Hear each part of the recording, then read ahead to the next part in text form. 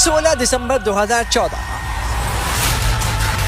पाकिस्तानी तारीख का वो दर्दनाक दिन जिसे याद करके आज भी रूह कांप जाती है। उस सुबह 6 दहशतगर्दों ने पेशावर के आर्मी पब्लिक स्कूल में घुसकर तलबा और टीचर्स को यरगमाल बनाया।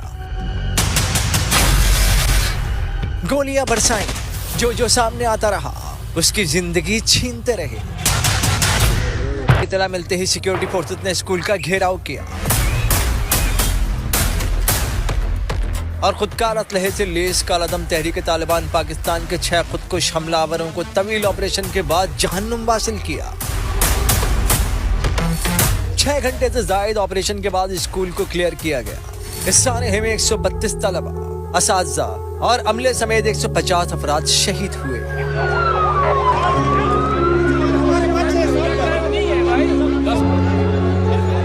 दीगर इदारों ने मिलकर नेशनल एक्शन प्लान बनाया और शुमाली वजीरिस्तान में ऑपरेशन ज़र्ब-ए-अस्ब के जरिए दहशतगर्दों का सफाया किया गया। 4 दहशतगर्दों को दिसंबर 2015 में सजाए मौत दे दी गई। इन मुल्ज़िमान को मिलिट्री कोर्ट ने सजाएं सुनाई, जिसकी तौसीक उस वक्त के आर्मी चीफ ने की और उनके साथ सारी कौम दर्द में डूब जाती है।